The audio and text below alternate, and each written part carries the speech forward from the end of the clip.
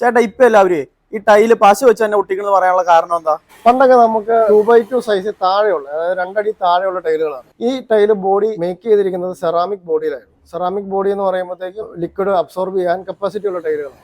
പക്ഷേ ഇപ്പോൾ നമ്മുടെ മാർക്കറ്റ് വിട്രിഫൈഡ് ടൈലിലോട്ട് മാറിയിരിക്കുകയാണ്. അതും വലിയ സ്ലാബുകളിലോ ബാത്റൂമിലും ഫ്ലോറിങ്ങിനൊക്കെ ഉപയോഗിക്കുന്നത്. ഇത്തരം വിട്രിഫൈഡ് ടൈലുകൾക്ക് 0.3% അബ്സോർപ്ഷൻ കപ്പാസിറ്റി ഉള്ളൂ. വലിയ സ്ലാബൊക്കെ ഒട്ടിക്കുന്ന സമയത്ത് സിമെന്റ് ഉപയോഗിക്കുമ്പോൾ ആവശ്യത്തിന് വെള്ളവും നനയും ഈ ടൈലിന്റെ ഗ്യാപ്പിൽ കൂടെ ചെല്ലാതെ വരികയും സിമെന്റ് പിന്നീട് വെള്ളമില്ലാതെ സെറ്റായി പോവുകയും അത് പിന്നീട് ടൈൽ വിട്ടുപോകാനൊക്കെയുള്ള കാരണത്തിലേക്ക് കടക്കുന്നതാണ്.